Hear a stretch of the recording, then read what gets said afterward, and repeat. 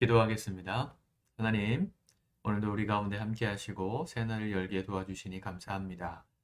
오늘도 말씀을 붙들고 살기를 원합니다. 새 힘을 주실 주님을 기대하오니 우리 사랑하는 모든 성도들의 삶에 주님 오늘도 찾아가셔서 말씀하시고 그 말씀대로 이루어지는 축복된 역사를 경험하게 도와주옵소서. 예수님의 이름으로 기도합니다. 아멘. 우리 찬송가 240장 주가 맡긴 모든 역사 찬양하시겠습니다. 주가 맡긴 모든 역사 힘을 다해 마치고 밝고 밝은 그 아침을 맞을 때 요단강을 건너가서 주의 손을 붙잡고 기쁨으로 주의 얼굴 배우리. 나의 주를 내가 그의 곁에 서서 배우며 나의 주를 손에 못자국을 보아 알겠네.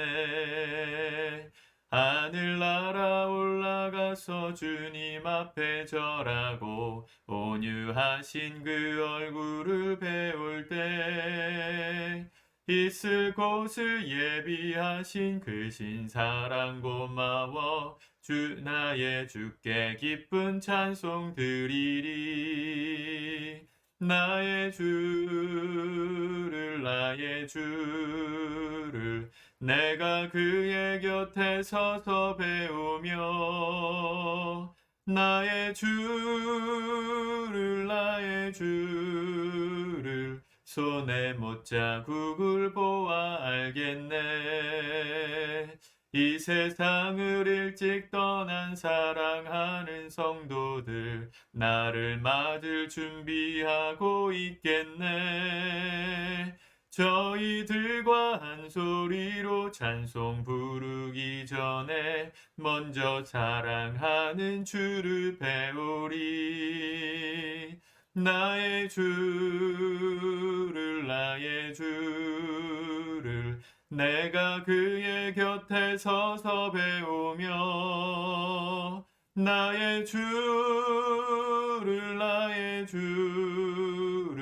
손에 못자국을 보아 알겠네. 영화로운 시온성에 들어가서 다닐 때 흰 옷 입고 황금길을 다니며 금검은고 맞추어서 새 노래를 부를 때 세상 고생 모두 잊어버리리. 나의 주를 내가 그의 곁에 서서 배우며 나의 주를 손에 못자국을 보아 알겠네. 아멘. 우리 하나님 말씀 사무엘하 3장의 말씀을 같이 보도록 하겠습니다. 사무엘하 3장 1절에서 마지막 절까지 말씀입니다. 같이 읽습니다. 시작. 사울의 집과 다윗의 집 사이에 전쟁이 오래매 다윗은 점점 강하여 가고 사울의 집은 점점 약하여 가니라. 다윗이 헤브론에서 아들들을 낳았으되 맏아들은 암논이라. 이스라엘 여인 아히노함의 소생이요 둘째는 길르압이라. 갈멧 사람 나발의 아내였던 아비가엘의 소생이요 셋째는 압살롬이라. 그술 왕 달메의 딸 마아가의 아들이요 넷째는 아도니아라. 핫깃의 아들이요 다섯째는 스바다랴 아비달의 아들이요 여섯째는 이드르암이라. 다윗의 아내 에글라의 소생이니 이들은 다윗이 헤브론에서 낳은 자들이더라. 사울의 집과 다윗의 집 사이에 전쟁이 있는 동안에 아브넬이 사울의 집에서 점점 권세를 잡으니라. 사울에게 첩이 있었으니 이름은 리스바요 아야의 딸이더라. 이스보셋이 아브넬에게 이르되 내가 어찌하여 내 아버지의 첩과 통관하였느냐 하니 아브넬이 이스보셋의 말을 매우 분하게 여겨 이르되 내가 유다의 개 머리냐 내가 오늘 당신의 아버지 사울의 집과 그의 형제와 그의 친구에게 은혜를 베풀어 당신을 다윗의 손에 내주지 아니하였거늘 당신이 오늘 이 여인에 에게 관한 허물을 내게 돌리는도다. 여호와께서 다윗에게 맹세하신 대로 내가 이루게 하지 아니하면 하나님이 아브넬에게 벌 위에 벌을 내리심이 마땅하니라. 그 맹세는 곧 이 나라를 사울의 집에서 다윗에게 옮겨서 그의 왕위를 단에서 부엘세바까지 이스라엘과 유다에 세우리라 하신 것이니라 하매 이스보셋이 아브넬을 두려워하여 감히 한마디도 대답하지 못하니라. 아브넬이 자기를 대신하여 전령들을 다윗에게 보내어 이르되 이 땅이 누구의 것이니까 또 이르되 당신은 나와 더불어 언약을 맺사이다. 내 손이 당신을 도와 온 이스라엘이 당신에게 돌아가게 하리이다 하니 다윗이 이르되 좋다. 내가 너와 언약을 맺거니와 내가 내게 한 가지 일을 요구하노니 나를 보러 올 때에 우선 사울의 딸 미가를 데리고 오라. 그리하지 아니하면 내 얼굴을 보지 못하리라 하고 다윗이 사울의 아들 이스보셋에게 전령들을 보내 이르되 내 처 미가를 내게로 돌리라. 그는 내가 전에 블레셋 사람의 포피 100개로 나와 정원한 자니라 하니 이스보셋이 사람을 보내 그의 남편 라이스의 아들 발디엘에게서 그를 빼앗아 오매 그의 남편이 그와 함께 오되 울며 바후림까지 따라왔더니 아브넬이 그에게 돌아가라 하매 돌아가니라. 아브넬이 이스라엘 장로들에게 말하여 이르되 너희가 여러 번 다윗을 너희의 임금으로 세우기를 구하였으니 이제 그대로 하라. 여호와께서 이미 다윗에 대하여 말씀하시기를 내가 내 종 다윗의 손으로 내 백성 이스라엘을 구원하여 블레셋 사람의 손과 모든 대적의 손에서 벗어나게 하리라 하셨음이니라 하고 아브넬이 또 베냐민 사람의 귀에 말하고 아브넬이 이스라엘과 베냐민의 온 집이 선하게 여기는 모든 것을 다윗의 귀에 말하려고 헤브론으로 가니라. 아브넬이 부하 20명과 더불어 헤브론에 이르러 다윗에게 나아가니 다윗이 아브넬과 그에 함께한 사람을 위하여 잔치를 배설하였더라. 아브넬이 다윗에게 말하되 내가 일어나 가서 온 이스라엘 무리를 내 주 왕의 앞에 모아 더불어 언약을 맺게 하고 마음에 원하시는 대로 모든 것을 다스리시게 하리이다 하니 이에 다윗이 아브넬을 보내매 그가 평안히 가니라. 다윗의 신복들과 요압이 적군을 치고 크게 노력한 물건을 가지고 돌아오니 아브넬은 이미 보냄을 받아 평안히 갔고 다윗과 함께 헤브론에 있지 아니한 때라. 요압 및 요압과 함께한 모든 군사가 돌아오매 어떤 사람이 요압에게 말하여 이르되 넬의 아들 아브넬이 왕에게 왔더니 왕이 보내매 그가 평안히 갔나이다 하니 요압이 왕에게 나아가 이르되 어찌하심이니이까 아브넬이 왕에게 나아왔거늘 어찌하여 그를 보내 잘 가게 하셨나이까 왕도 아시려니와 넬의 아들 아브넬이 온 것은 왕을 속임이라. 그가 왕이 출입하는 것을 알고 왕이 하시는 모든 것을 알려 함이니이다 하고 이에 요압이 다윗에게서 나와 전령들을 보내 아브넬을 쫓아가게 하였더니 시라 우물가에서 그를 데리고 돌아왔으나 다윗은 알지 못하였더라. 아브넬이 헤브론으로 돌아오매 요압이 더불어 조용히 말하려는 듯이 그를 데리고 성문 안으로 들어가 거기서 배를 찔러 죽이니 이는 자기의 동생 아사엘의 피로 말미암음이더라. 그 후에 다윗이 듣고 이르되 넬의 아들 아브넬의 피에 대하여 나와 내 나라는 여호와 앞에 영원히 무죄하니 그 죄가 요압의 머리와 그의 아버지의 온 집으로 돌아갈지어다. 또 요압의 집에서 백탁병자나 나병 환자나 지팡이를 의지하는 자나 칼에 죽는 자나 양식이 떨어진 자가 끊어지지 아니하리로다 하니라. 요압과 그의 동생 아비새가 아브넬을 죽인 것은 그가 기브온 전쟁에서 자기 동생 아사엘을 죽인 까닭이었더라. 다윗이 요압과 및 자기와 함께 있는 모든 백성에게 이르되 너희는 옷을 찢고 굵은 배를 띠고 아브넬 앞에서 애도하라 하니라.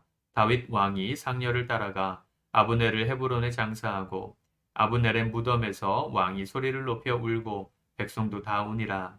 왕이 아브넬을 위하여 애가를 지어 이르되 아브넬의 죽음이 어찌하여 미련한 자의 죽음 같은고 내 손이 결박되지 아니하였고 내 발이 착고에 채이지 아니하였거늘 불의한 자식의 앞에 엎드러짐과 같이 내가 엎드러졌도다 하매 온 백성이 다시 그를 슬퍼하여 오니라. 석양의 뭇백성이 나와 다윗에게 음식을 권하니 다윗이 맹세하여 이르되 만일 내가 해지기 전에 떡이나 다른 모든 것을 맛보면 하나님이 내게 벌 위에 벌을 내리심이 마땅하니라 하매 온 백성이 보고 기뻐하며 왕이 무슨 일을 하든지 무리가 다 기뻐하므로 이날에야 온 백성과 온 이스라엘이 내레 아들 아브넬을 죽인 것이 왕이 한 것이 아닌 줄 아니라. 왕이 그의 신복에게 이르되 오늘 이스라엘의 지도자여 큰 인물이 죽은 것을 알지 못하느냐. 내가 기름 부음을 받은 왕이 되었으나 오늘 약하여서 수르야의 아들인 이 사람들을 제거하기가 너무 어려우니 여호와는 악행한 자에게 그 악한 대로 갚으실지로다 하니라. 아멘. 오늘 이스라엘의 사울의 군대 장관이었던 아브넬이 죽는 장면이 그려집니다. 아브넬은 사실은 다윗이 유다 지역의 왕이 된 이후 7년 반 넘게 이스라엘 지역의 최고 권력자였습니다. 왕이었던 사울의 아들 이스보셋이 있었지만 사실은 그냥 겉으로 드러난 왕이었을 뿐 실권은 아브넬에게 있었죠. 아브넬이 오늘 그 사울의 아내였던 사람 중에 한 사람을 통관했다는 이야기가 7절에 보면 나옵니다. 최고 권력자였으니까 사실은 왕의 전부인이라고 한들 눈치 보고 이렇게 할 게 없었다는 것이죠. 그것에 대해서 이스보셋 이스라엘의 왕이 왜 그렇게 했느냐라고 말했을 때 그 일을 분하게 여겨서 결국 이스라엘 전체를 다윗에게 넘겨줄 계획을 세웁니다. 그리고 다윗을 만나서 나라를 이스라엘 땅을 당신의 땅과 합하여 당신이 통치하게 하게 도와주겠습니다. 이렇게 화친을 맺고 돌아가는 길에 그 다윗 지형의 군대 장관이었던 요압이 아브넬을 그냥 보낸 것에 분해서 그를 조용히 따라가서 그를 암살하는 장면이 또 나오죠. 그와 같은 일이 벌어지고 다윗이 그 죽은 아브넬을 위해서 슬퍼하면서 장례식을 치러줍니다. 그 모습을 보았던 온 백성들이 왕이 죽인 게 아니구나. 다윗이 죽인 게 아니구나. 결국은 다윗이 모든 사람들을 품을 수 있는 넓은 사람이었구나. 그런 것들을 확인하면서 자연스럽게 이스라엘과 유다가 통합되는 그런 계기가 됨을 볼 수 있죠. 인생사가 참 이렇습니다. 한 나라를 지키고 또 그 나라를 넘겨주고 하는 일들이 대단히 어마무시한 이유 때문에 그럴싸한 어떤 명분 때문에 일어나는 것 같지만 사실은 개인적인 감정 하나 추스리지 못해서 일어나는 경우들도 참 많습니다. 부부가 싸워도요, 정말 어마무시한 잘못을 지어서 부부싸움하는 경우는 정말 드물죠. 대부분은 사소하고 감정적인 것, 또 그 사람의 무례한 모습, 또 나의 무지한 모습, 이런 것들 때문에 사실은 싸우게 되죠. 감정을 조금 상하게 해서 거의 이혼까지 가는 부부들이 얼마나 많습니까? 그렇죠. 연예인들 부부, 커플들 보면 결혼했다가 이혼하는 경우들이 굉장히 많죠. 그러면서 이혼의 사유가 성격 차이, 대부분이 성격 차이인데요. 그 말은 감정 제어가 잘 안 됐다는 얘기입니다. 서로가 서로에게. 우리 인생사 가운데 일어나는 대부분의 불행도요. 이런 작은 사소한 것들을 컨트롤하지 못할 때 일어납니다. 우리가 지난 주일날 절제에 관한 말씀을 배웠잖아요. 우리 인생에 왜 영적인 성숙이 일어나지 않는가? 사실은 절제의 훈련이 잘 안 됐기 때문입니다. 내가 하고 싶은 대로, 내가 느끼는 대로, 내가 가지고 싶은 대로, 또 내가 세상에서 제일 중요하다는 그 마음이 크니까 사실은 누군가의 앞에서 불편한 걸 참지 못하는 것이죠. 그게 설사 부부일지라도, 회사 동료일지라도, 교회의 성도들일지라도 절제가 잘 안 되면 어디 가나 힘들고요. 어디 가나 불편합니다. 결국은 우리 인생의 그릇이 얼마나 절제함을 통해서 넓어지느냐가 우리 인생의 모든 문제를 다룰 수 있는 키워드라는 것을 다시 한번 깨닫게 됩니다. 또 오늘 요압 장군, 다윗의 군대 장관이었던 요압이 이 아브넬을 암살하는데요. 우리 전장에서 보았지만 아브넬이 전투 중에 이 요압의 동생이었던 아사헬을 죽이잖아요. 그것에 대해서 복수한 것이죠. 그 일 때문에 사실은 다윗이 큰 위기에 처할 뻔했습니다. 어떻게 보면 이 사건의 내막을 모르는 백성들은 이스라엘 땅을 차지하기 위해서 다윗이 화친하는 듯 하다가 아브넬을 죽였다 이렇게 생각할 수도 있잖아요. 그러니까 사소한 복수심이 한 나라의 어떤 전체적인 이미지나 전체적인 상황에 위기를 불러올 수 있다는 것을 또 한 번 알 수 있는 거예요. 아브넬도 그랬고 요압 장군도 그랬고요. 결국은 개인적인 사유 때문에 나라를 넘기고 위태롭게 만들었던 그런 인물입니다. 사실은 이 장면에서 제일 두드러지게 나타나는 모습은 다윗이죠. 다윗의 모습은 어떻습니까? 자신과 적대 관계에 있었던 이스라엘의 군대 장관 아브넬. 사실은 그와의 인연은 굉장히 깊죠. 아브넬하고 다윗 사이에는 거의 서로가 서로에 대한 원한은 없어요. 왜냐하면 다윗이 골리앗을 쳐 죽였던 그 소년 시절부터 아브넬은 사울의 군대 장관이었거든요. 어쩌면 아브넬에게서 다윗의 전투 기술, 또 전쟁하는 방법, 전략, 뭐 이런 것들을 아마 아브넬이 가르쳐 줬을 가능성이 굉장히 큽니다. 그와 더불어서 어쩔 수 없이 적대 관계에 놓였을 때에도 다윗은 최대한 그를 존중하고 배려하는 것을 보게 됩니다. 사실은 7년 반 넘게 수많은 싸움들이 있었다고 오늘 1절 말씀에 보면 전쟁이 오래되었다 그랬잖아요. 적대 관계에서 싸우고 있는 적장조차 존중할 줄 알았던, 화친을 맺기 위해서 아브넬의 사람들이 왔을 때 잔치를 배설하고 먹일 수 있었던 그런 넓은 마음의 소유자가 다윗이었구나 알 수 있죠. 또 요압 장군이 나라를 위태롭게 하는 그런 암살의 시도를 했을 때 다윗은요, 일단은 경책하고 그를 책망하는 것을 하기 앞서서 물론 그에 대해서 그의 집안을 저주하는 기도가 나오긴 하죠.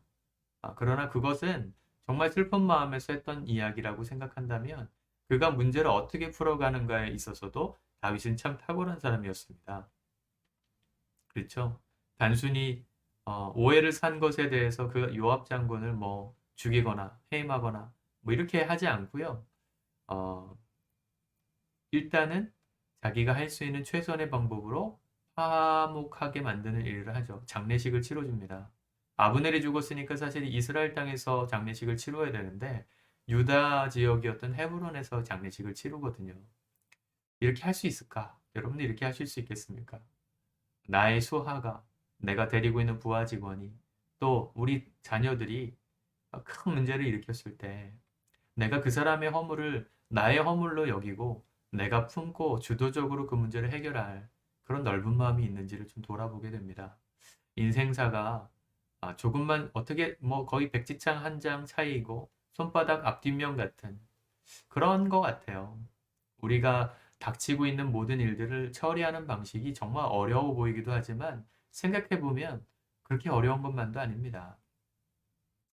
저희 아내가 추천해줘가지고 제가 공감 관련된 그 대화법을 강의하시는 박재현 교수, 박재현 강사의 강의를 좀 많이 듣고 있는데 아이와의 대화법에서도 이 감정을 어떻게 처리할 것인가 그 편에서 보면 우리 인생에 들어오는 모든 감정들은요 손바닥 뒤집듯이 뒤집을 수 있는 거라는 것이죠. 화가 막 났어요. 그럼 어쩔 수 없이 화를 내야 되는 게 아니고 화를 통제할 수 있다는 거예요. 근데 어려운 게 아니고 누구나 그렇게 한다는 것이죠. 예를 들면 아이를 막 혼내요. 뭐 잘못해가지고 화가 많이 났어요, 엄마가. 뭐 아빠도. 화가 막 난 상황에서 그 화를 주체하지 못해가지고 엄마가 막 분노할 때 정말 그게 주체 못하는 화인가 생각해보면 아니라는 것이죠. 어떻게 합니까? 아이에게 막 뭐라고 하다가 어, 전화가 담임 선생님한테 전화가 와서 전화를 받을 때 목소리가 싹 바뀌죠. 친절하게 바뀌죠. 물론 감정은 남아있을지 몰라도 감정을 조절할 수 있게 되죠. 이런 예들을 통해서 우리는 알 수 있어요. 내가 감정을 조절하지 못한 게 아니고 조절이 안 돼서 그러는 게 아니고 조절을 스스로 안 하기를 선택한 거라는 걸 알 수 있어요. 조금만 노력하면 그 사소한 감정, 이 아브넬과 요압 같은 개인적인 사유들의 이유를 정당화시키기 위해서 우리가 이걸 안 푸는 거죠. 사실은 통제할 수 있거든요. 조금만 정신 차리면 할 수 있는 그것을 내가 지금 안 하는 거라는 것이죠. 우리 인생사, 아무리 큰 어려움이 있어도요, 생각을 어떻게 뒤집느냐에 따라서 승패가 갈려집니다. 다윗도 생각이 드는 대로 행동할 수 있었지만, 그가 생각할 때 가장 선한 것들을 택하면서 문제를 해결해 갑니다. 오늘 우리가 그런 지혜를 배웠으면 좋겠습니다. 여러분, 하나님께 기도하십시오. 오늘 내게 드는 모든 생각과 감정이 하나님 안에서 통제되게 도와주옵소서. 생각에 꼬리를 물고 확장되는 것이 아니라 의지를 가지고 하나님께서 주시는 힘을 가지고 통제하고 절제할 때 우리의 삶의 문제들이 가장 아름답게 해결되어 감을 보게 해달라고 그렇게 우리가 기도했으면 좋겠습니다. 같이 기도하겠습니다. 하나님, 우리에게 주신 생각들에 아버지 하나님께서 주시는 절제와 통제의 은혜가 있기를 원합니다. 통제할 수 없고 절제하지 못하는 것이 아니라 그렇게 하지 않기로 내가 선택한 것임을 깨닫게 도와주옵소서. 인정하게 도와주시고 철저히 하나님 앞에 우리의 감정과 우리의 생각을 내어드려서 오늘 우리가 만나는 모든 상황들 속에 가장 아름답고 합리적인 가장 선을 이룰 수 있는 방법들을 택하며 하나님 살아가는 우리가 되게 도와주옵소서. 예수님의 이름으로 기도드립니다. 아멘. 오늘도 승리하시기 바랍니다.